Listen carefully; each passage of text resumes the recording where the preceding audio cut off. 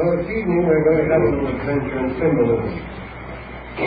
In an effort to try to clarify a point that many books could be written about. We indicated in the first of this series of discussions that alchemy was, at least to a degree, a breaking forth of the spirit of mysticism which had been locked in the hearts and minds of pre-Renaissance men.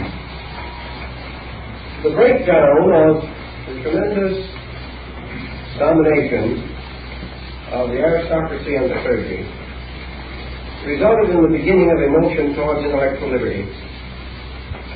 And in the transition period, we had about 2 centuries in which mystical movements developed and expanded in an astonishing manner. We know that these movements came directly from a movement within man himself.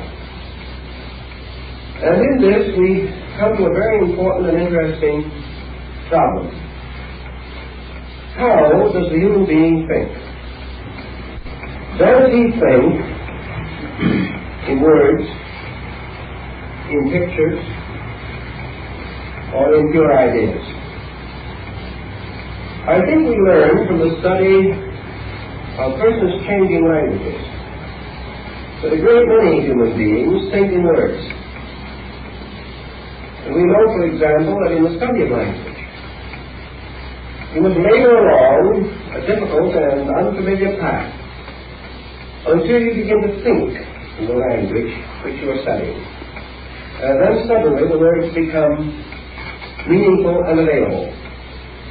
I know persons who have lived in this country for many years and speak the English language well, but in a hurry they will count in their native language. Therefore there is a certain association between thought and words. It is probable that the intellectualist thinks in the terms of words, because he uses them constantly. They are the familiar instrument of self-expression for man. It is also quite possible that the artist, the purely aesthetic individual, may think in form, or in color, or even in tone, as in the case of a musician. Thus the origin of thought patterns may differ with different persons. And the basic chemistry of thought patterns probably differs also in the male and female. Thus, we are confronted with an intricate issue of the basic form of ideas within ourselves. Studies in anthropology and ethnology lead us to the recognition of the universality of certain essential emblems and figures. I had a letter yesterday which, strange enough to report, I answered today. It does not very often happen. Relating to a tomb recently discovered at Palenque in Mexico, in Chiapas. Palenque is one of the old centers of the Maya culture. In this tomb was the physical remain, mostly dust, of some ancient dignitary of the empire. And in the disintegrating and ruinous state of the mortal remains of this person, it was noticed that in one hand of the deceased had been placed a small sphere of jadeite, and in the other hand a small cube of jadeite. There are also many other ornaments of precious and semi-precious materials. The letter asks why those 2 jadeite ornaments should have been associated with the dead. Well, there are several possibilities. The cube of the sphere was early associated with architecture, and similar remains were found within certain of the pyramids in Egypt. They were used for the simple process of leveling a foundation. When the builder was not sure whether his levels were clear and right, he would stand a cube on a flat place on his wall, place the sphere on top of it. If it rolled off, then he had not a level foundation. Now this peculiar relationship caused these little instruments to be associated with the craft of building. We have the remnants of them today in the Masonic compass square. The compass makes a circle, and the square makes a cube. So we're back again to the concept of the sphere and the cube. One representing the sphere, life, spirit, consciousness. The cube, matter, body, earth.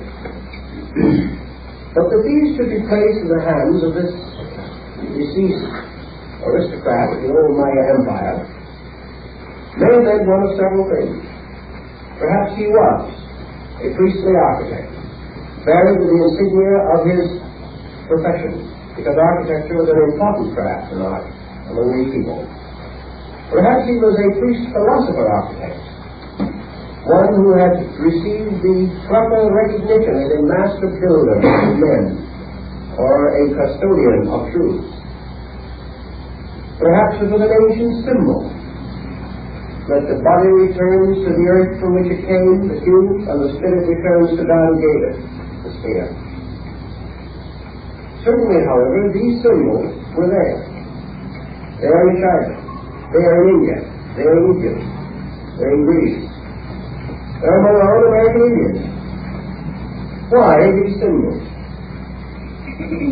We have two possibilities in explanation. One, the migration of the symbol itself.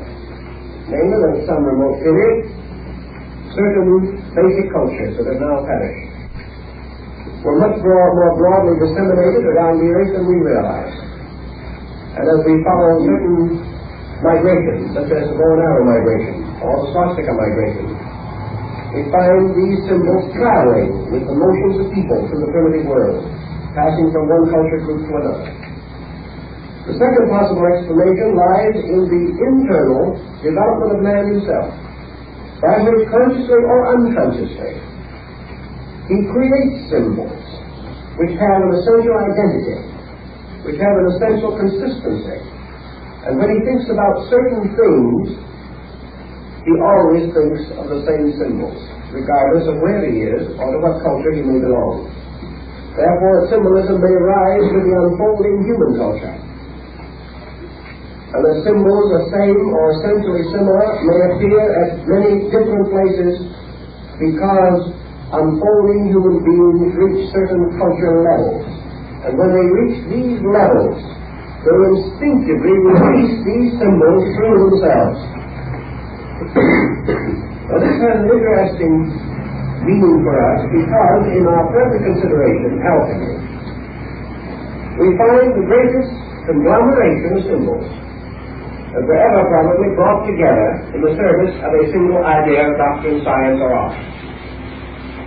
Yet these symbols are not essentially original with alchemy. There is perhaps not a single symbol in alchemy that can be traced directly to the period in which it began to flourish in that usage. These symbolisms are derived from practically every previous culture that man developed. From Egypt, from Greece, Rome, India, China, all of these ancient systems use the same symbol. It makes very little difference whether it is the dragon of alchemy, or the dragon of St. George of Cappadocia, or the dragon of China. These dragons are all the same. The same may be said of the unicorn, or of many other similar devices. The double-headed eagle, for example, which occurs in so many, many places. The symbolism of fire and of water, of earth, of the elements, does not belong to alchemy, but alchemy made use of it. So we are in more or less peculiar situation. We are trying to explain why certain symbols became associated with a cult or a sect of persons engaged in a particular art or science. Certainly there is nothing in the subject of chemistry itself which suggests such a phantasmagoria of devices. And modern chemistry, with great efficiency, depends almost entirely upon comparatively elementary mathematical symbols. Yet in this day it was different. In the 16th and 17th centuries, we have some of the most magnificent manuscripts ever illuminated by the human hand. Not of the quality of the great works of art which preceded them, but of a fantastic imagery which gives them a dynamic a significance and importance, causes them to be one of the most valuable and prized group of manuscript materials. Why? Let us assume for a moment what we must assume at this time, that alchemy was, as its name implies, a divine kind of chemistry. Man had hit upon a truth which he had long held with veneration, but had never explored. And that truth was that each art and science is dependent upon a great pattern of universal laws for its validity. These laws are infinitely repetitive in nature. Da Vinci in his aesthetic canon shows how the body is composed of an infinite repetition of certain basic forms. Knowledge is composed of an infinite repetition of basic patterns on various levels. Alchemy devised the belief, or developed the belief, that the laws governing chemistry were identical with the laws governing every other phenomena in nature. That to understand chemistry to its very source was to understand creation. That creation and chemistry were intimately related. That man is a chemical formula and an alchemical mystery. That the human body is not only composed of chemical elements, but contains within itself a being composed of alchemical elements. What is true of the body on one level is true of the soul on another. And the entire economy of human life is a tremendous formula. A formula that may be traced under certain conditions. A science or an art is itself a kind of catalyzing agent. We know that Baron Emanuel Swedenborg was led to his own inner mystical and spiritistic experiences through the study of mathematics. Mathematics opened in him something. And to another group, chemistry opened something. Through concentration upon the rules and principles of chemistry, the chemist gradually became internally apperceptive of something beyond the subject under consideration. He released something through himself. And that which he released came to his objective consciousness in the form of symbols, as is still the case so frequently in the releases of various subjective pressures in dreams. As Yates pointed out, all alchemical symbols are found in dream symbolism also. And they are found in the dreams of persons who have the slightest concept of what alchemy is, and perhaps had never in their lives seen an alchemical symbol. Yet of themselves, their dreams took these very same forms. And we are led, therefore, to the implication that certain forms are archetypal, that they rest in the collective unconscious of our race, that they are part of something, as we may say, that is larger than we are. And we find these symbols occurring in three ways. We find them coming through in dreams. We find them coming through in esoteric arts and sciences, which is Gnosis.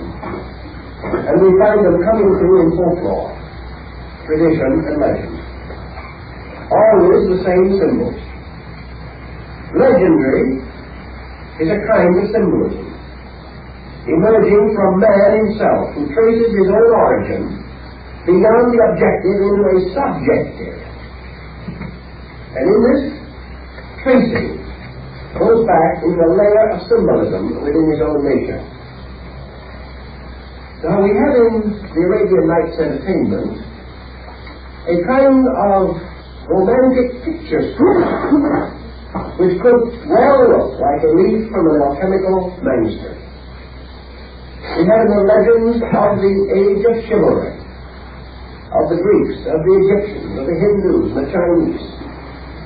The appearance of mysterious, fantastic creatures and beings. We also immediately fall upon one of the most common of all these symbols, and that is the hero. The mysterious being possessed of supernatural power, but not a god. Where would folklore be without the hero? Where would the story of the Aladdin's lamp be without Aladdin and the lamp? Where would the wanderings of Sinbad the sailor lead to without their mysterious complications? Or Homer's story of the wanderings of Odysseus?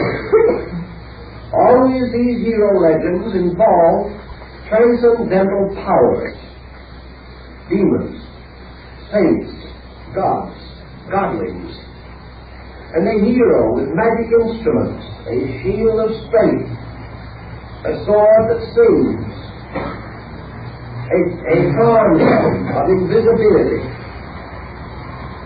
All these things are part of fairy stories, legendary and lore. They are all diffused and diversified throughout the entire structure of human society. Now we may say, why did the alchemists hit upon this peculiar fantasy of symbolism? There is no doubt that the answer lies in the nature of his own mind and the times in which he lived. Quite removed, for instance, from the immediate speculations of alchemy, was that very studious, very dour old gentleman, Father Athanasius Kirchhoff of the Society of Jesus. He was a typical example of a 17th century scholar. He was within the body of the church, but he was wedded first to knowledge. This strange scholar was one of those who recognized or felt what it meant to break through the strange pattern which was broken by the Renaissance and the Reformation. Kirchhoff immediately searched in every department and every bracket of culture for knowledge. The Museum of Kirchhoff in Rome was for centuries a place where you could see everything from Egyptian gods to stuffed crocodiles. All knowledge was his province, a tremendous hunger. A hunger that reached out to try to find meaning in everything. At the time that alchemy arose, this hunger was strong in European thinking. Noble princes had their cabinets, as they called them, their choice little museums, in which they had gathered the antiquities and relics of ages. Men prized everything that was new or different, or which had previously been inaccessible to them. They speculated on Egyptian glyphs. They tried to restore the medical system of Hippocrates. They collected and assembled Gnostic gems. They had many Indian, Chinese, Japanese idols, not as objects of worship, but as mysteries and curiosities. This opening of the door sent man's mind scurrying in every direction in search of knowledge. And he was overwhelmed by the tremendous inflow of tradition that poured in upon him the moment he was able to receive it. As soon as he could read and write, a vast pageantry of ideas moved in upon him. And alchemical symbolism levels off almost completely as being based upon the tradition available to 17th century man if he possessed the faculties and means of attaining it. Scholarship became a fetish. Learning became something that even the most superficial dilettante devoted his life to. There was a tremendous upsurge in the desire to know. And what was available to the man who sought? The ruin of the past. Broken monuments, desecrated altars, broken images, strange figures, part human, part animal, found in the ruins of Egypt. Many incredible devices, the real meanings of which he did not know. He could not read the glyphs of Egypt, the Rosetta Stone had not been discovered. But the less he knew about these things, the more tremendous their influence was. Because he then bestowed meaning upon them. And in bestowing this meaning, he was constantly drawing it out of himself. Each of these unknown objects of his contemplation called upon him, demanded something from him, and also gradually revived tradition, myth, and legend in him. So here was a tremendous amount of raw material available to create thinking patterns in human minds. Now another angle we shouldn't overlook is the relationship between internal patterns and external stimuli. Relations which we may term associational. We have today in psychology association word tests. A word is spoken, and the person taking the test is supposed to instantly reply with the word that first comes to his mind. Association. Now let us assume for a moment that the human being, moving from within himself, is impelled by the pressure of ideas. Now an idea is a pretty difficult thing to get a look at. It doesn't have many boundaries, it doesn't have much of a shape. It is more elusive than an amoeba when it comes to trying to find a definition for it. It's a sort of a mysterious, shapeless something that has existence without appreciable or measurable boundaries. It would be nothing less useful to man than a free idea in space. He wouldn't know what to do with it, he wouldn't know if he had it, he wouldn't know if he lost it. Because all that is there is something that is alive and yet has no body. And because it has no body, intellectual, emotional, or physical, it is utterly intangible and yet it exists. Now man will never permit an idea to remain in that state. It is instinctively impossible for him to do so. Somewhere in the process of the emergence of thought impulse from within his own nature, he meets the outcoming or outpouring thought with a series of vessels suitable to contain it in some way. He must invest it with body. He must give this idea a form so that he can get hold of it. Perhaps he gives it a word form. Perhaps he doesn't. Much of this symbolism could be almost immediately cleared up if we saw a man struggling from the hieroglyphic to the Hermetic period in writing. Man could draw pictures of things, but he could not draw pictures of ideas. He could draw a beautiful picture of a house, but how is he going to draw a picture of love? He had to hit upon that happy thought of a heart with an arrow. How is he going to draw a picture of veneration? Well, the only thing he could think of was to make a figure in a position of veneration. If he wanted to show imagination, he had to use something that was suggested, an image, or a mirror, or some device appropriate. And yet even that, in that case, he wasn't sure how he was going to carry on the transmission of this idea. The Mayas, for example, who we just mentioned, had quite a problem with verbs. And verbs are always difficult in a hieroglyphical language because they represent action. Pictures do not move. Pictures do not possess action. It must be intimated in some way, a little series of footprints going along, to try to show that a man is taking a walk. The Mayas hit upon the simple device of taking a noun or a glyph representing an object, and transforming it into a bird by adding a wing. They put a wing, like the wing of a bird, on the side of it, to indicate action, to indicate life. But it was no longer an object, but a process, or a condition in action, which they sought to represent.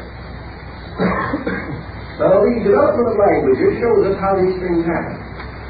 But how rapidly they happen in the development of an idea within man. The idea itself is presented to him as well as to others. In its pure form, it is a ray of energy. He must clothe it.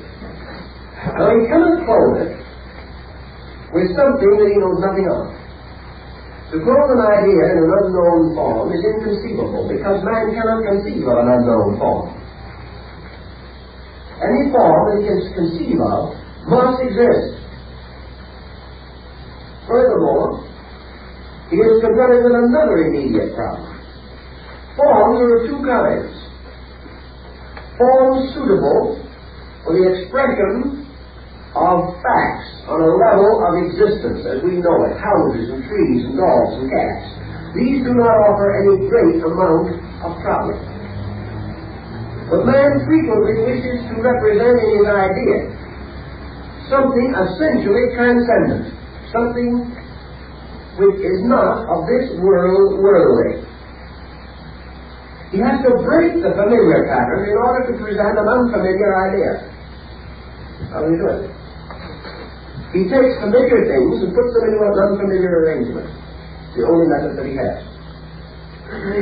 He recognizes not only that in so doing, he saves his idea from being misinterpreted, and also he creates an impact by it, which is missing in familiar things. Therefore, we can say that an eagle he can use. An eagle can represent a number of things. But everyone who sees it says this is an eagle, and he means a real eagle. So what does the man do with an idea? He makes a two-headed eagle. In so doing, he has immediately broken away from reality. Your impressionistic artist is trying to do it constantly. The man who sees the two-headed eagle immediately says to himself, there is no such a bird. Therefore, this does not mean the bird. It means something else. It has to. So we break through realities of a literal nature and escape into the imagery of ideas. Now, every one of us growing up is in contact with the world around us. We are also under the pressure of the world within us. When we begin to think of good as small children, we can't think of good just as something good. Good has no meaning. Good has to be immediately associated with the act of goodness, or some person or thing which we can use to appreciate goodness. So perhaps the small child in a strong and happy family environment experiences good under the symbol of parent. Parent's good to him, takes care of him, protects him. That's good. Another man may interpret good under the form of a fine, well-balanced dinner. That's good. Good, however, always has to come to us under symbolism, because it's an abstraction. The Good Samaritan is a good deed. Now, a good deed without some symbolism by which you see what a good deed is meaningless. Yet instinctively, the moment we have the term good deed come into our minds, the abstraction takes the form of some good deed that we have known, experienced, or heard about. We immediately clothe this thing ourselves in a familiar term, in a familiar word picture, or a familiar form picture. We use distortion exactly as Michelangelo used distortion to create a dynamic. If Michelangelo's figure of Moses stood up, we would see that it was a totally disproportionate figure. Yet because of his arrangement of mass it gives us a tremendous dynamic, which is the thing that he was trying to do, was trying to do. So by distortion, we dramatize. We escape from literality, from smallness, from ordinariness, and transcend into something else. The Greek and Egyptian priest put a mask over his face. The moment he did so, he was no longer a person, he was a god. And he not only caused others to think so, but he thought so. Because of the ritual of the mask and his own belief that this sacred symbol transformed him. So that the action of the departure from the real, from the literal, by the use of fantasy, has been primitive in mankind and has been there since the beginning of time. So in our alchemical symbolism, we find a group of emblems advanced, arising out of certain great archetypal patterns experienced by the human being. And he, in his own effort to experience things superior to material facts, began to clone instincts, impulses, ideas, inspirations from within himself in certain forms. If he had clothed them in ordinary forms, they would have appeared ordinary. But he did not want them to appear ordinary, because these stories he was telling were not ordinary. And had he placed them in mathematical ciphers, which he well knew, he would then have been on the level of chemistry itself, which is not what he wanted to do. He wanted to tell you of chemistry as an experience of consciousness, and not as a series of scientific formulas. He was working for a consciousness dimension. Just as Michelangelo wished to convey the terrific impact of the great Mosaic lawgiver in his Moses. He wasn't trying to be a master of anatomy, although he had to be a master of anatomy to do what he did. He wanted to create something that was unworldly and had a dynamic strength beyond that of man. Therefore, he fashioned it in a way that instinctively related into the experience of the person seeing it this unreality, that is, the lack or absence of complete physical integration, something beyond physical things. So in his day, he did not have a great deal to work with. The alchemists, like Michelangelo, had the human body. Like certain of the great religious mystics, he had the scriptures.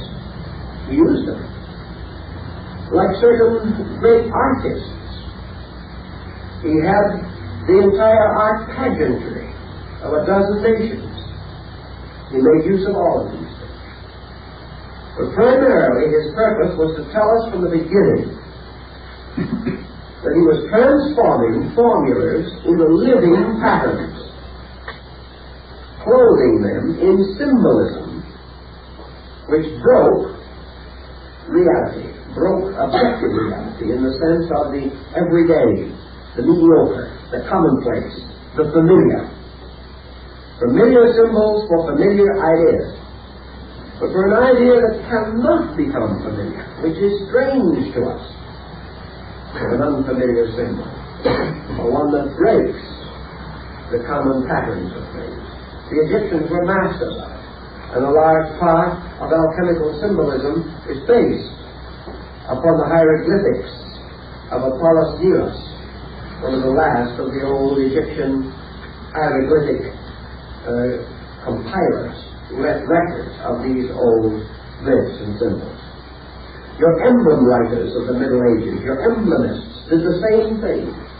Your emblemists took morality and changed it into symbols, just as your alchemists took science and did it. So the psychology of this thing is this release of the unfamiliar, which must clothe itself in a form which breaks conservative, recognized patterns, because these patterns would drown the idea. And from this reason, they call upon the great magical symbolism of antiquity. which in itself gave a tremendous sense of unreality. The Minotaur of Crete, the human being with the head of a bull. There is an impact there. We know it cannot mean a physical, factual thing. It breaks the familiar. So does the dragon of Andromeda. It breaks the pattern. We are away from worldliness. We're in a different kind of universe, a universe of fantasy, a universe of fairy tale and folklore, an inner universe, a universe of subjective things, where the consciousness forms and fashions ideas. In the same way we release them through dreams.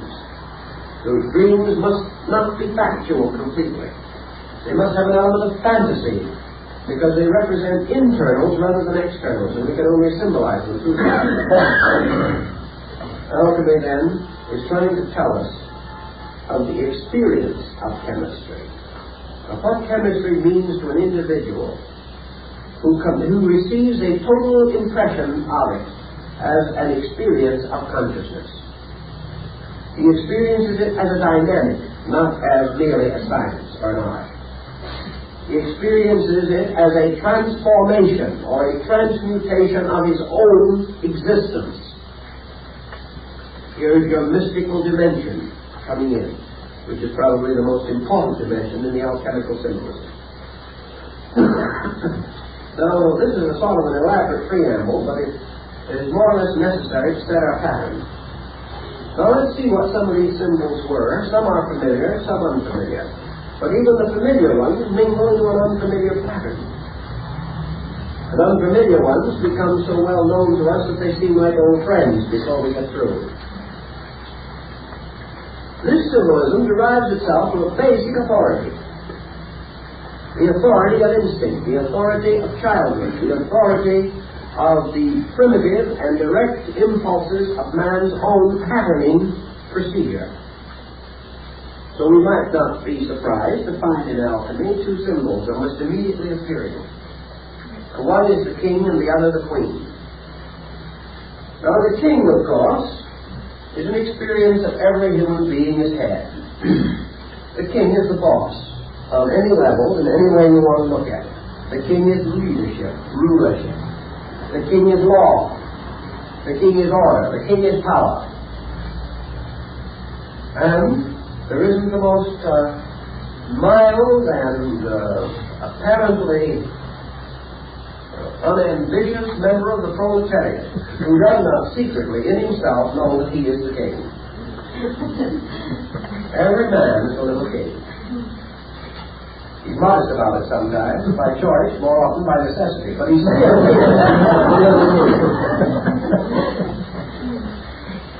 the king is also, of course, God.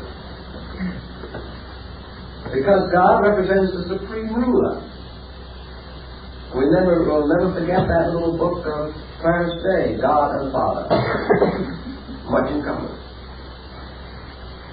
But the king is also, in a mysterious way, our instinctive recognition of a power that reposes within the universe, within ourselves. The king is life. Rules everything. The king is power, life, through life. The king is the universe in which we live. We are his subjects. The king is spirit, the master of the great court of the universe. The king is nearly always beyond and above and superior. The king is heaven in China. Therefore, the king represents a great positive polarity. The king is not only something we fear, something we must obey whether we will or not. It is something, furthermore, that secretly we admire. When we are happy, we wish the king would leave us alone, but when we get in trouble, we rush to him for help. We do not like to have him boss us, but we are constantly hoping he will save us. The king is will, the sovereignty of an active agent in the universe. Now the opposite polarity to this is the queen. And the queen has always been associated with the broad concept of creation itself. Father God and Mother Nature. The queen represents, to a very large measure, the entire environmental life of the individual. The king is self. The queen is everything else. The queen is the universe which man, self, desires to possess. Therefore, every move we make reminds us of Yates' immortal lines, "The eternal feminine lures us on." The eternal feminine is the unknown. And to conquer and capture and to possess the unknown is the great ambition of man. And science fiction, as we have it today, with all kinds of fantastic stories about other dimensions and rays and energies and weird creatures from other worlds, they're all the story of the king searching for the queen, seeking to possess the unknown.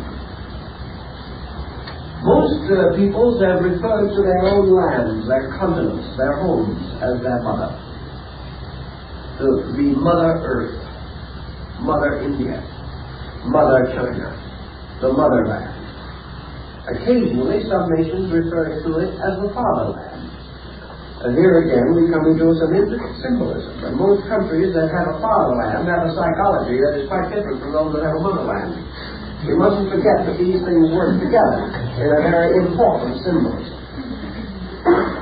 So in the great alchemical empire, we have the king and queen ruling over the entire picture. Now the king comes back to us again from one of the most mysterious and enigmatical pursuits of mankind, and that is the game of chess.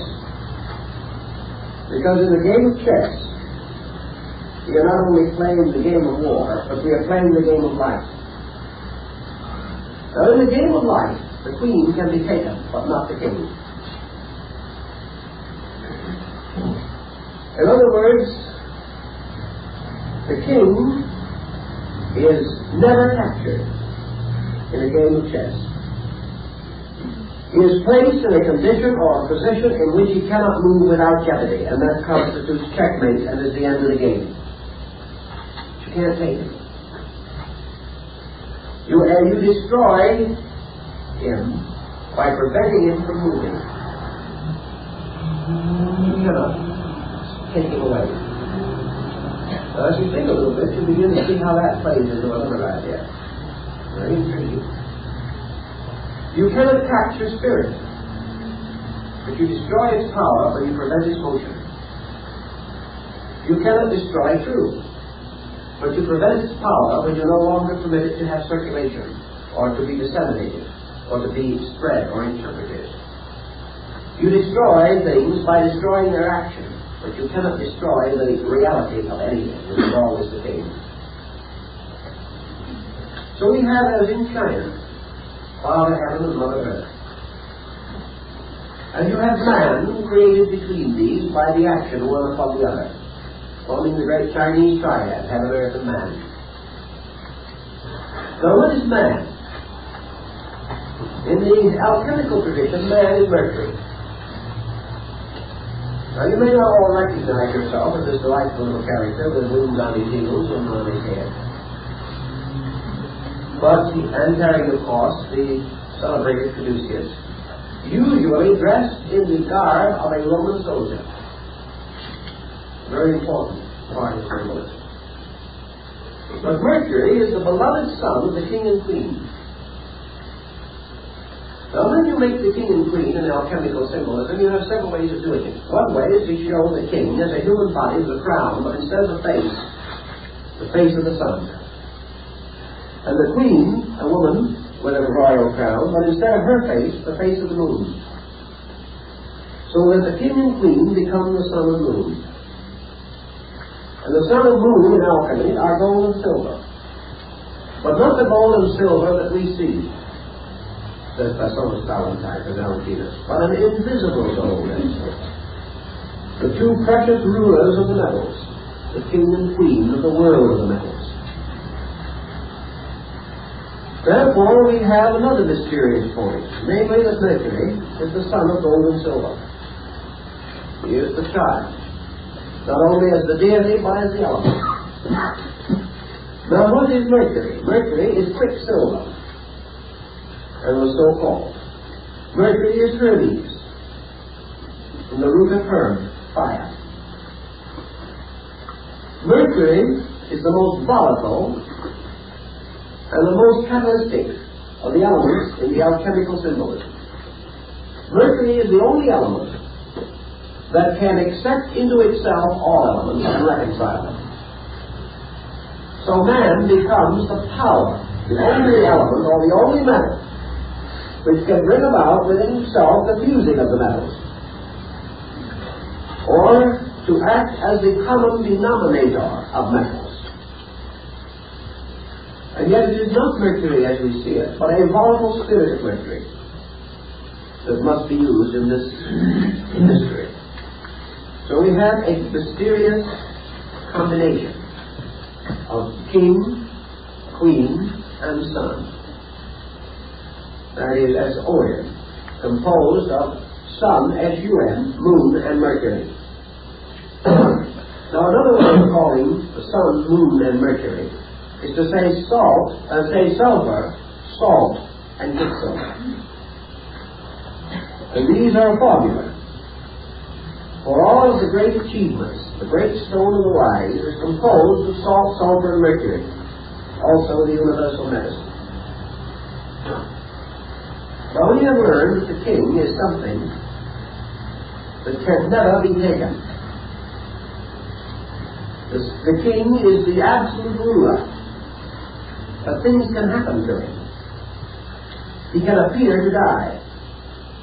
He can be destroyed or attacked by his own son, but he cannot actually be killed. We'll find out a little more about what can happen to him in the alchemical game of chess a little later. At this moment, we also have another symbol that presents itself to us, and that is what is called the Hermetic androgyne. This is the royal figure of the king and queen as one person with two faces, one male and one female, and a single crown over the double head. Here we have heaven and earth as one. When so represented, the symbol of Mercury is usually in the middle of the body of this combined androgenic creature. So we now have gold and silver undivided. We have God and nature undivided. We have the sun and moon united in the Hermetic marriage of the planets. We now have the God Ishvara concept of India, the Father-Mother God, undivided. This actually represents the supreme representation of the king and queen. Inasmuch as it represents the mystery of the great energy itself upon which all alchemical mutation depends. This mystery is called Azov. And Azov is the tremendous power residing in metals by which the transmutation can take place, or by which they can be changed, or by which their lives may be augmented. Seeing the king and queen now, then, as one being, heaven and earth, representing this as the solitary and inevitable unity of God itself. We have almost a symbol of the tetractys, or the basic triad of life: the king, the queen, and the child. The 47th proposition of Euclid. with a slightly different presentation. The next thing we have to realize is that the king, by what we know, represents spirit, and the queen represents matter, and Mercury represents soul. Spirit, body, soul. When spirit, body, and soul are brought together into a compound, that compound is called form. Matter is essentially shapeless. Spirit is essentially shapeless. But when Mercury imposes the archetype upon them, they become a form. Therefore, Mercury was called Hermes Trismegistus, the thrice greatest, the master of the three. And this mysterious power of Hermes is man. Man is Manus. Manus is mind. Mind is more, however, than the intellect that we know it, as we know it. So we will take a picture from one of the alchemical writings, and we will see Mercury carrying in one hand the sun, and in the other hand the moon. He is the juggler of the sun and moon, and it is so represented on a deck of tarot cards. He is the juggler. And Mercury, in this position, bears upon him, or associated with him, the 5 symbols of the planets, with himself in the middle. That is, the 5 planets other than the sun and moon known to the ancients. Sometimes Mercury is represented seated in a cave, with 6 other figures around him, with planet symbols for heads. Mercury, as we go further into the symbolism, obviously represents one thing in man, and that is what we call the soul. The soul, which is the juggler of the sun and moon, and which is the ground of reconciliation between spirit and matter, which is the power to arbitrate the conflict of consciousness and form or body. Consciousness in body would die. Body in consciousness could not exist. But soul is the bridge. Soul is the mortar or the catalyst, the agent which is the moderator between the extremes. All conscious energy moving into form moves through soul and is transformed. All bodily energy moving inward toward consciousness passes through soul and is again transformed. Soul is the modifier, the agent, by which all things are adapted to either their internal or external objectives. So we come again on a psychological level to the problem of the introvert and the extrovert. The extrovert represents consciousness moving through soul into body and into its manifestation outwardly. The introvert is energy moving inward from the objective parts of the consciousness through the soul to the subjective parts. But the soul has to occupy the middle distance because it represents the interpreter of all things. It represents the power which transforms all energies into useful, understandable, or acceptable forms. Therefore, the soul becomes a magician who carries a wand, the wand that is sometimes twisted with the serpent, the symbol of the Magus. The soul is therefore also the messenger of the gods, the Greek concept of Hermes, or the Roman Mercury. The messenger is the one who carries the will of the gods to the world. And therefore, in the alchemical symbolism, it was useful, necessary, or proper to represent him by the caduceus, which represented the cerebrospinal and autonomic nervous systems, which are the carriers or messengers of nerve energy. So consciousness controlling its body has Mercury, its sun, to represent it. The body, man's outer life, learning, studying, gaining wisdom and knowledge, seeking to enrich internals, must send this externally accumulated material into consciousness through the messenger, Mercury. And the messenger in this case is identical with the little squirrel that used to fly up and down or run up and down the exgratial tree in the Ogenic mysteries, carrying the scandals of men to the gods and the scandals of the gods to men. It is the messenger power, the communicator. Now, why is it that the alchemist felt that this Mercury was able to accept and interpret all metals, or must devour or eat up metals, before it was possible to release the soul of the metal? The answer to the situation was very definite. The alchemist insisted that the metals, which represent on one level of thinking phenomena, or the forms of things as they appear to be, basement, unpurified, can never be accepted into consciousness. They can never be used to build consciousness. Because before any of these objective things can be useful or necessary and vital to an internal subjective, they must be transformed. The base forms of these metals must die by being absorbed into Mercury. And after they have been absorbed and have been reduced to a completely impersonal state, only then does the soul use them to augment its own power. So in one alchemical symbolism we find Hermes or Mercury devouring the metals, eating them, just as John in Revelation ate the little book of knowledge. So the soul, devouring the metals, experience, transforms them into soul power.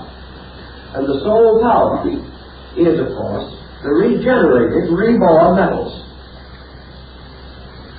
Thus we can say what happens to us in life, what we call experience, is not important. It is our acceptance and understanding of that experience that is important. And so that experience passes through a transformation within our own soul life. It contributes nothing to our improvement. There are people that have things happen to them every day and never learn anything. See, this is what happens. It's the power of the soul to transform all external things that makes possible the adaptation of knowledge through internal enlightenment.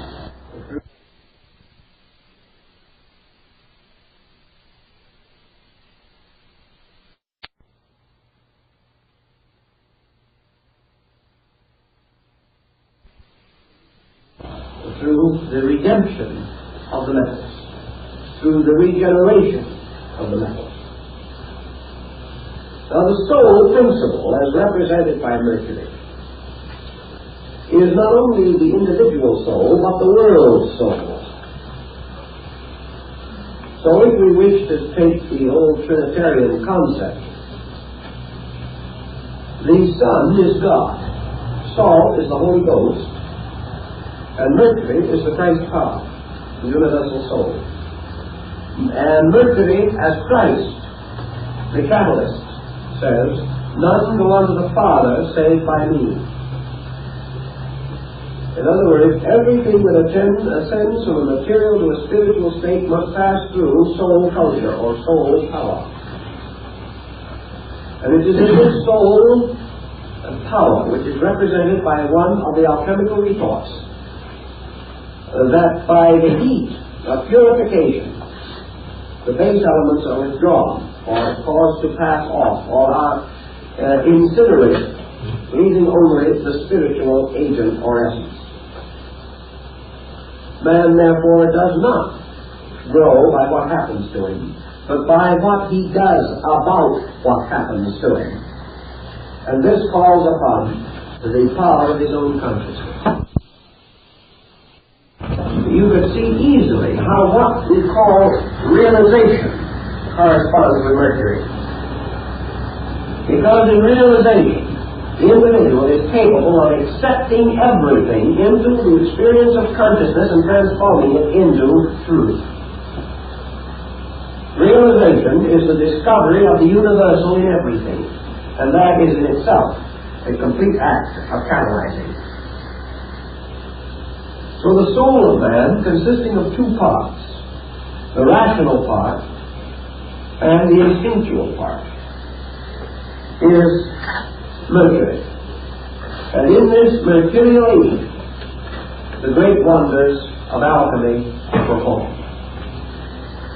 And in the symbol of Mercury, you have the cross, the circle, and the crescent, brought together in the planetary symbol and in the chemical symbol of Mercury.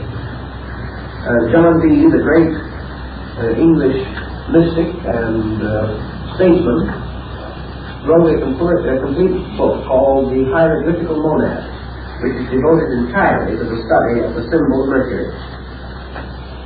Because Mercury and its alchemical meaning practically is the key to the entire story of modern psychology. Now we have therefore spirit, will, the great power of the king. We have the infinite unknown, the tremendous negative power of the queen.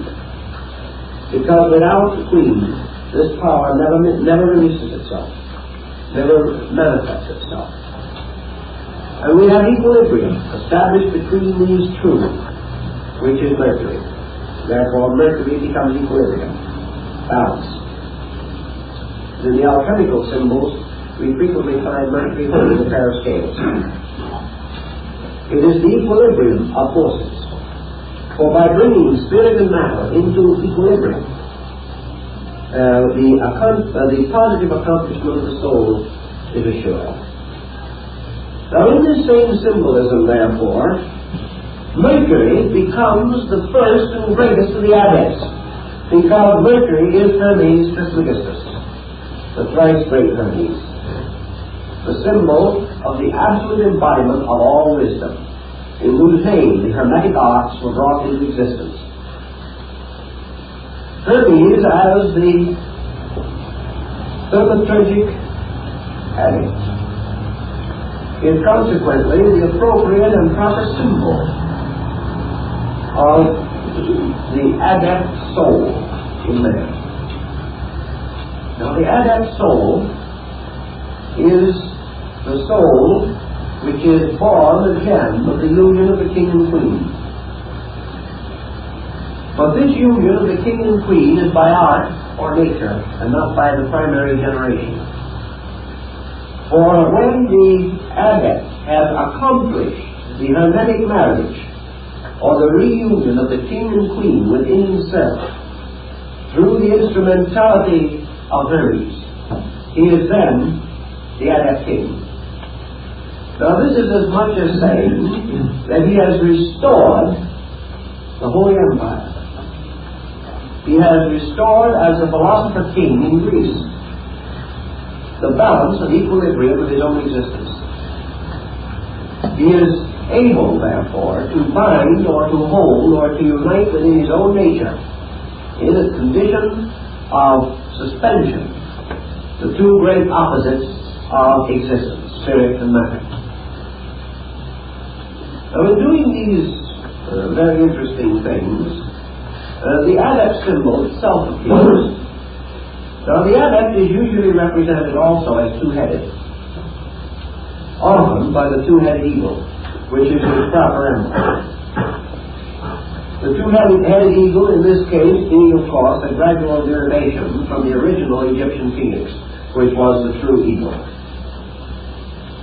The adept as the two-headed eagle has therefore the same symbolism as the androgyne king and queen, the Ishvara, the male-female principle in suspension, the two-headed king-queen, representing the divine power of the Atman itself, is reflected into the adept, who has accomplished the same equilibrium again by will and yoga, or by effort within his own nature. Now the adept in the Hermetic symbols, of course, is the hero self, to whom all the adventures occur, and whose labor it is forever and eternally to restore the mystery.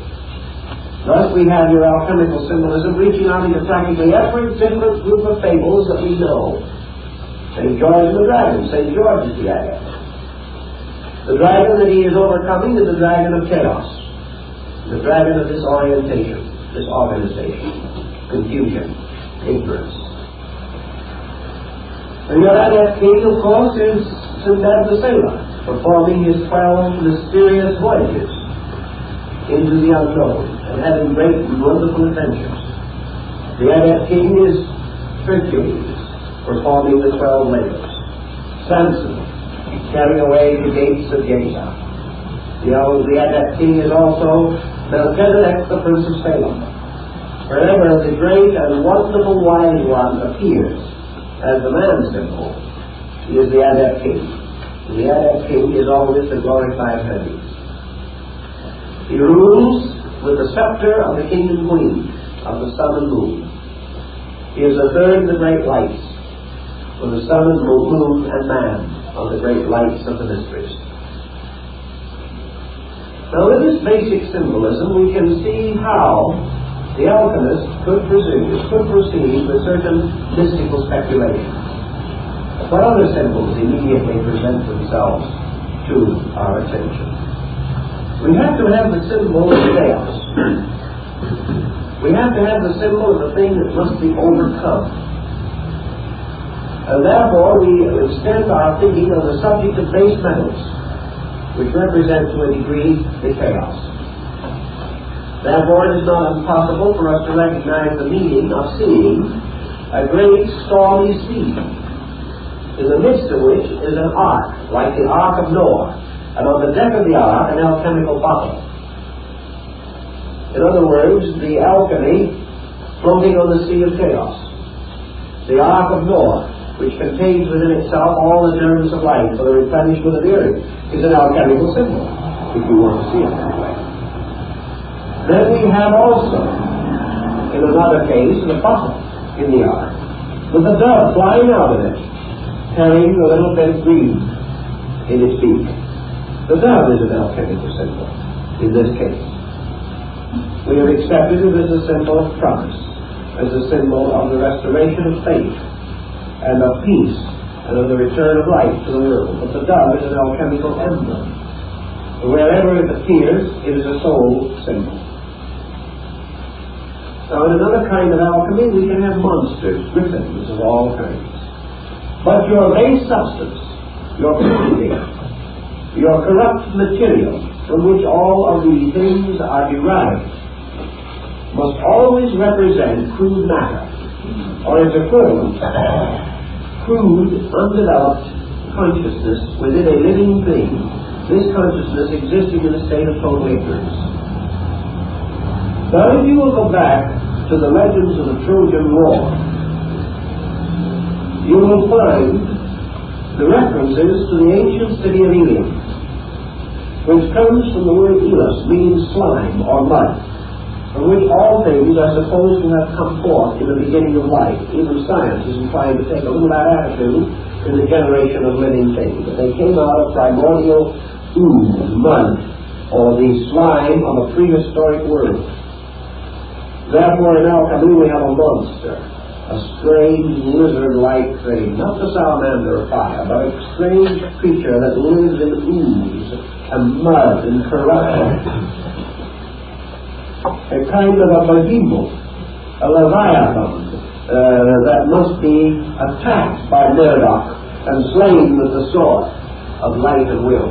Here we have also Fafnir in the Nordic mythology, sleeping and guarding the cave of the Nibelung and Traja. And his only remark is, "Let me sleep." The dragon of chaos. Then, as you watch this dragon of chaos, you see Mercury, or Merodach, or Tammuz, or whichever one of the deities you wish to think, Adonis, all of them, coming down with the sword, armed with light, bearing the shield of power, and slaying the dragon of chaos. Now, let's think just for a moment now of what this might possibly mean. Probably most of us have never taken a very careful examination of our own psychological interiors.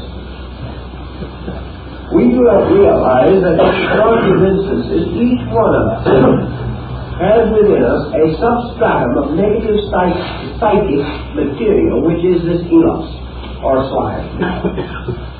This slime, or corruption, within our own psychic life, which is forever breeding and sustaining and nourishing this dark monster, this monster of negation, which is the root of the negative impulses of all man's psychic activity. And so the individual, bringing the sword of light and striking into the dark mystery of his own subjective, slay the negative monster that lurks there, is Mercury performing one of his great alchemical labors, of which there are many. So if the elos, or the slime, the corruption of things, is represented in this way, there is another very interesting symbolism that has to come into this particular purpose. And that is the symbol of death. In alchemy, the symbol of death is found in the bottles. We see the metals calcinated. We see things which, unless they die, cannot be born again. So that as the seed cannot live unless first it dies, so in alchemy, all liberation is death. And everything is released by death. The alchemical formula on this is rather important, so we'll pause for a moment to try to estimate it a little bit. All things in a living state are locked. The consciousness within a form is locked by that form completely. It can never break through that form without first reducing the form. Alchemy does not assume that it is possible for a structure containing a compound of ignorance and wisdom, that is, pure and base matter, can be taken at any particular point and immediately advanced to a superior state. Everything that seeks to grow by alchemy must first die. Because while it is in a state of generation, its parts are inseparable and cannot be divided. During life, consciousness and body cannot be divided. By death only are they divided. So alchemy says that only by the phenomenon of death can the metals be divided from their base and their subtle parts.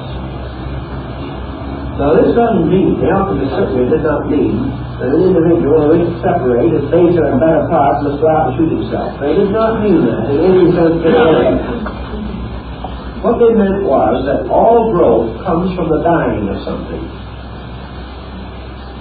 Or you could have a new idea and an old one has to die. You cannot accept an idea if you are satisfied with the one you have. If you want to grow, you've got to give up something. If you want to proceed, the past must die. If you want to be more than you are, something that is less must perish all along the way. You cannot start upon this great search bound and locked within the structure of your own opinion. Your opinions have to die before there's any room in you for truth. Everything has to be reduced to its essentials. And the essential of everything is seed and ashes. Seed and ashes, says the alchemist. The seed that cannot die, which is the king, and the ashes which must die. So everything must be reduced by putrefaction, by the disintegration of its parts to essential material. For, says the alchemist, all of the metals in their essential nature will combine to form the stone or the medicine. But once the metals have bodies, they can never combine. So material gold, material silver, material copper will never combine. The only way you can combine them is through the agent of Mercury, which destroys their bodies and releases their principles. Or, as the alchemist would like to put it more correctly, if you take these spirits out of bodies, the spirits will unite but the bodies cannot. So the same of man. The essential life principles of all creatures are compatible, but their personalities and their vehicles of manifestation are not compatible. Thus all things in their purity can be united, and all things in their impurity cannot be united. As the alchemist also says, at the beginning of things, all was one. At the end of things, all will be one. In the middle distance between beginning and end, there will be many. And while the state of many exists, this manyness can never be brought together. The only way in which many can become one again is to have the vehicles or bodies destroyed. The principles have always been one. But as long as these principles are locked within symbolic forms, these forms will never unite. They may come near together, but they can never perform the alchemy of fusing or becoming identical, or to lose themselves in a new substance. And here is again one of the great secrets of alchemy. The seven metals, or the seven substances, representing the testimonies of the seven senses and the seven powers of the soul, when they unite in the soul, they produce something entirely separate and different from themselves. And H2O does not represent H2 or O separately, but produces a new thing, differing in appearance and essential nature from its own parts. So in alchemy, when the seven metals are brought together, they do not produce a lump of seven metals. They produce a new being, completely different. And when the compound is correctly measured and estimated, the result is an entirely new being, separate and distinct, in which there is no longer any trace of the parts which made it. If you bring the material substances together by artificial means and form a statue with them, you can always divide them again, under heat or under something, under some means. In fact, mercury will usually divide them again. But in alchemy, when the seven essences have been brought together, there is an entirely new existence created. And that new existence is different from anything that preceded it. And this thing that is created by the alchemy of the union of metals is actually the human soul. And the human soul was called the Gnosis, or the crystal child, that is born out of the alchemical retort, the great glass womb of chemistry. For it is the purpose of alchemy to create a living thing. And this living thing, or the homunculus, is a generation of art and nature. And the alchemist who performs this mystery plays God, for he creates. Now he will tell you himself that alchemy is nothing more nor less than man's keen observation of natural process. The man watching, as Paracelsus watched, the miners at work, in the mines of the Buddhists, watching the processes, studying the way in which coal and diamonds come into existence. Or in China, the mystery of amber, locking within itself the tiny insect from the prehistoric world. Man studying nature discovers the mystery of soul.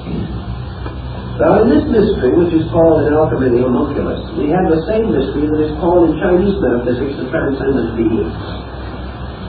And the homunculus is the new creature that is formed out of the seven souls or seven natures of man.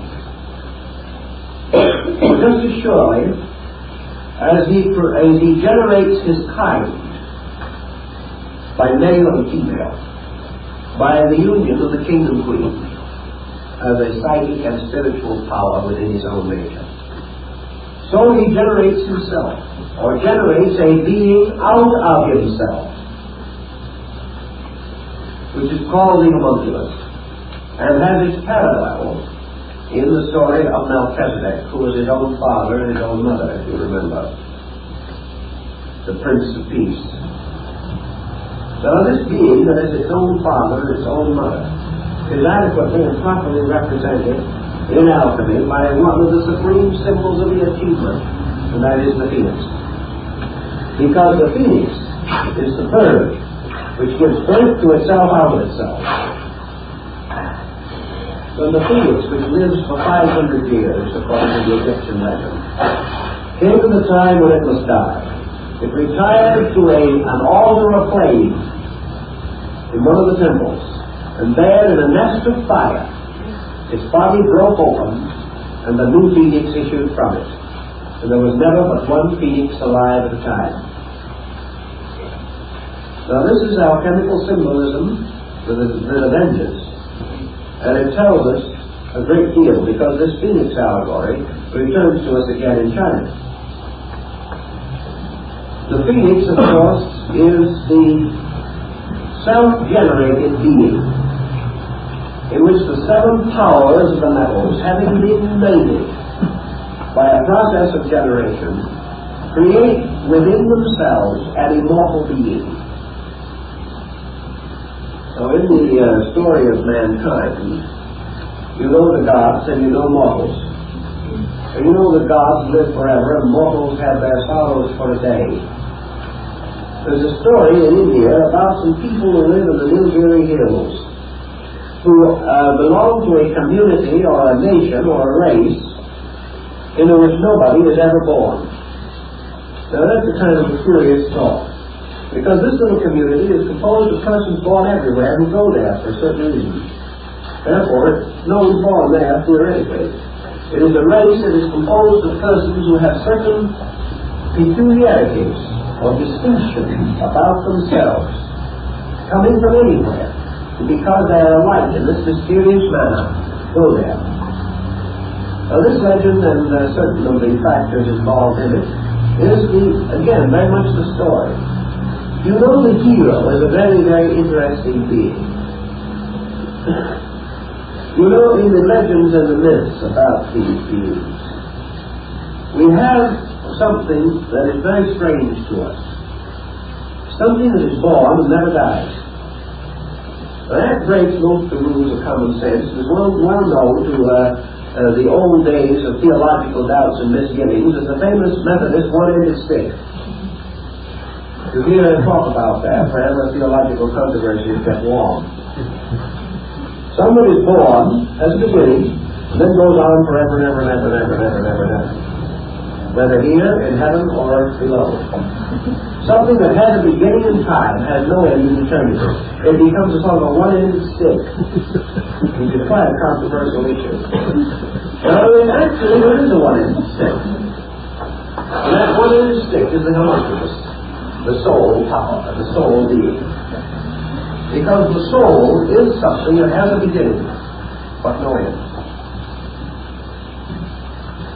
And Bailey was one of the first to recognize this interesting and remarkable phenomenon.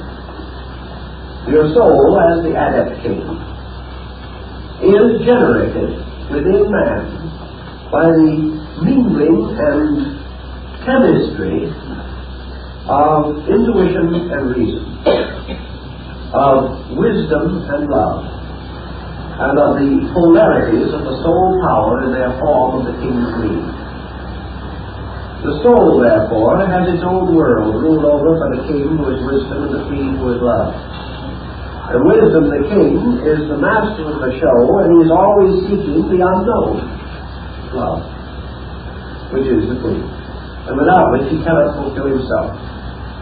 So here again, you can take love away from him, you can capture the queen on the chessboard, but again you cannot capture the king.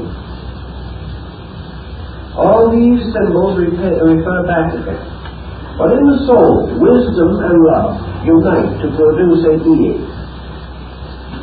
And this being has a beginning but no end. And this being is the source of immortality, because the king and the queen, spirit and matter, are not bound together by an eternal union. They must always be the result of a compound. And as Lord Bacon asked to have inscribed upon his tomb, let all compounds be dissolved. Life and matter are polarities of each other, and their relations to each other are eternally impermanent. Therefore, spirit and matter meet and separate, and that which is purely of its own nature returns to itself, and that which is of an opposing nature returns to its own source.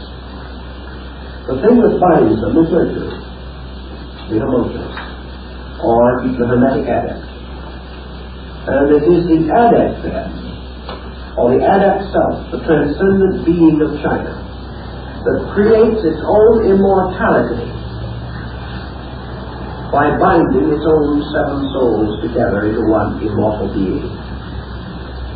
And this progeny of the sun and moon, of heaven and earth, of spirit and matter, is born by art, but never dies. Because that is man's earned immortality, or earned eternal existence. He exists eternally as spirit and matter forever. Nothing can ever stop that. But he exists eternally as a conscious being only when he creates the soul, or creates or perfects the great alchemical experience. Now, in your Eastern philosophy, they would go even further than that. They would say that once having created the adept soul, that even that must ultimately renounce its own immortality. And therefore, again, the hero of the world dies always, usually in the service of great love, searching again for the unknown queen. The symbolism is very adroitly used. It is exceedingly subtle. You can draw some tremendous tapestries with it, always because of the wonderful interworking of rules and principles and laws. But the soul, now, which is St. Paul's wedding garment, the soul is the eternal or immortal self, the transcendent being, born of the marriage of heaven and earth. It is, however, not merely man as a form or structure. Primitive man is building the soul. The soul began to build when man was created. And step by step it has taken over the inner control of him, until today he is controlled by his emotions and his thoughts, which are the present developed state of his soul. What says alchemy?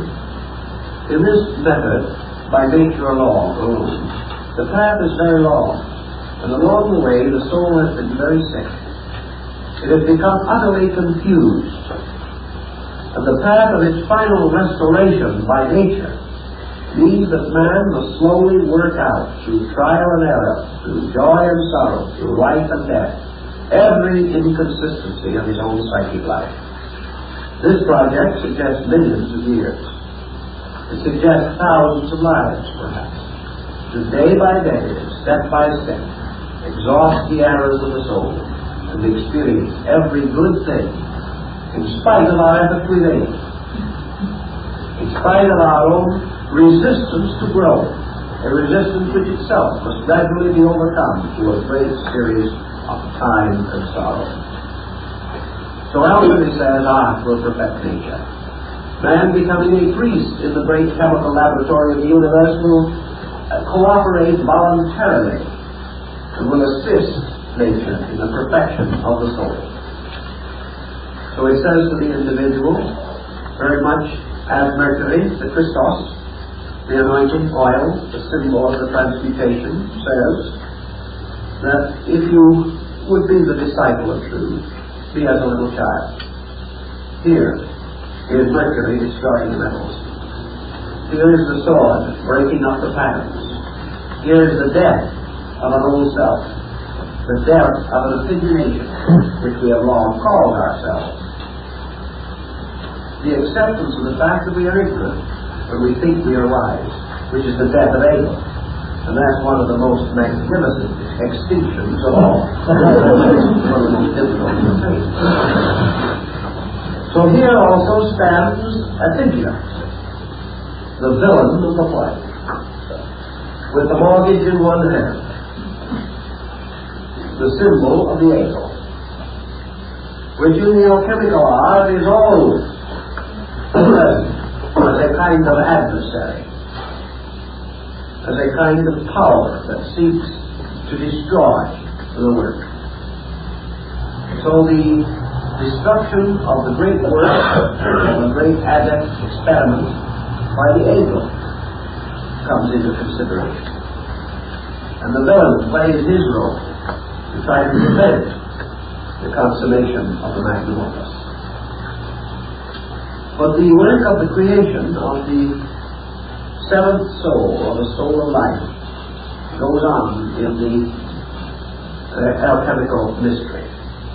In Ashmole's Theoptum Chemicum Praetorium, which is one of the great English collections of alchemical works, we have the horoscope of the great work, showing the moment in time of the birth of the adept king, his nativity properly calculated.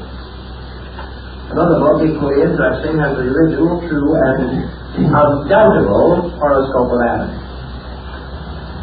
It is quite conceivable, not because we have the slightest idea of when Adam was born, that ever will, but Adamus is another name for the base metals and the base substances from which the metals are taken. So we find Adam appeared in the alchemical retort. We have Eve appeared in the alchemical retort. Adam is again the king, and Eve is the mystery, the eternal quest of the unknown. So in the alchemical rites also, we find the restoration of the Virgin Sophia from the Gnosis, and from the great systems of wisdom. And we have in the chemical marriage of Christian Rosenkreuz the Virgin Lucifera, the mysterious soul counterpart of Lucifer. These are all alchemically used symbols, but they all tell us of the creation of the soul power, which is the victory of man. In one very interesting symbolism which I have seen in alchemy, there is a series of 64 bottles, which is an interesting number because it corresponds exactly with the development of the Chinese trigrams. In each of these 64 bottles is an episode from the life of Christ, forming a perfect circle. And here, these episodes from the life of Christ, each incident is marked with the alchemical symbols, so that you will know exactly what is referred to. And the theory behind the whole concept is that Christ is this imperishable seventh soul, the power of immortality. And that individual who follows in the way indicated, who takes up the cross and follows the Master through the 64 augmentations of the material, as it is called, will also achieve the resurrection. And in the last bottle, as a symbol of the consummation of the great work, the creation of the diamond soul, we see the figure of Christ carrying the banner on the staff, rising in the midst of life from the grave, the resurrection. And this resurrection is the rebirth of the beings. The entire cycle reminds us of Paul's words, the Christ in you, which is the hope of glory. For to the alchemist, Christ is the symbol of the soul, the mystery of the soul that is born in a manger, surrounded by beasts, the soul that must pass through certain vicissitudes, be crucified and die, and be raised from the dead before it can live again. And exactly what occurs in that allegory is told in the story of the death and resurrection of the seed and the ground. For this is the parable. The seed is the word of God. And alchemy says, the seeds of the metals are the seeds of immortality. In this way, the soul mystery in alchemy is unfolded at its true purpose, the integration of the soul as a living vehicle within which a new being, the Son of Heaven and Earth, can have a real and conscious life. This is the adept self, the reborn, the twice or thrice-born Hermes. In this same symbolism we come across a number of other very intriguing things for thought. We have the tree of the metals. We have the Saturn, Cronus, the old one-legged gardener walking on a crutch. And we have him carefully watering the tree upon which grow the seven metals in the form of flowers and fruit. This is the tree of alchemy. This is also represented in another form as a tree with 12 bears bearing a fruit upon it. In this case, watered by the same old man, with the opposite leg crippled, and this time the tree bearing on it the 12 signs of the zodiac as fruit.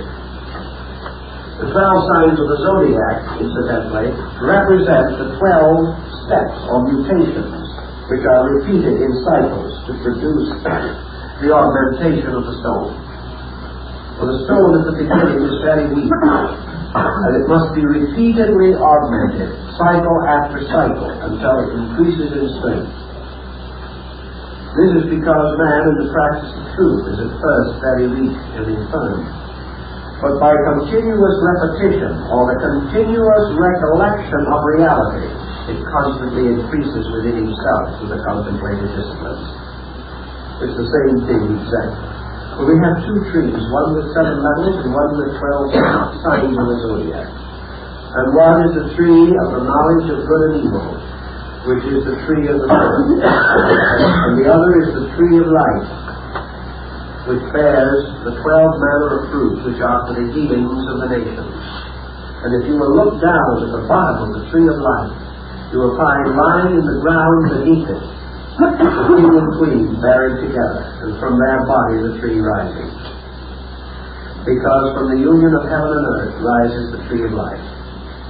But the tree of the metals, or the soul, the 7 blossoms on that tree, are watered and taken care of by Saturn, the old god of contemplation, the punisher, the destroyer, the principle of karma, the retribution, and discipline. The old one-legged gardener is self-discipline, by which the tree of the soul is caused to bear its fruit. So each little story is a little gem in itself, telling things about all these moral mysteries.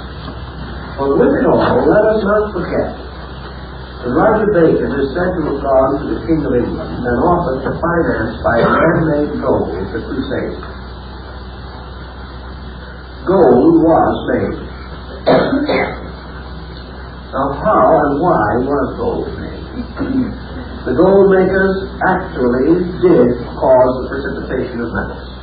And there are examples in European museums, some of which I have seen, of man-made gold. Not made at the expense of $50,000 an ounce. That's when we try to do something of that kind by our present scientifically. We can make gold, but not on a profitable basis. Of course, if it goes up much higher, so they get to be profitable. The reason why the alchemist was able to make gold was because he had learned something. He had learned that the same power which makes soul operates on an archetype. That the soul represents an artificial gold, a synthetic gold, and that it can't be manufactured, as man manufactures his own destiny. And in the same way, by the same laws, the metals, the physical metals, can be handled. But in order to handle them, as Nicholas Flamel points out, you must kill the metals.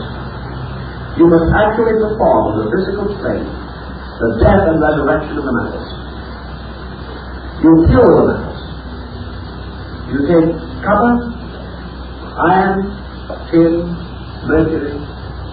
You take these and you learn how to absolutely destroy them. And when you have completely destroyed them, you have released by that means from them a universal essence which permeates them all. Then, if you know how, you can restore that pattern according to the element that you desire.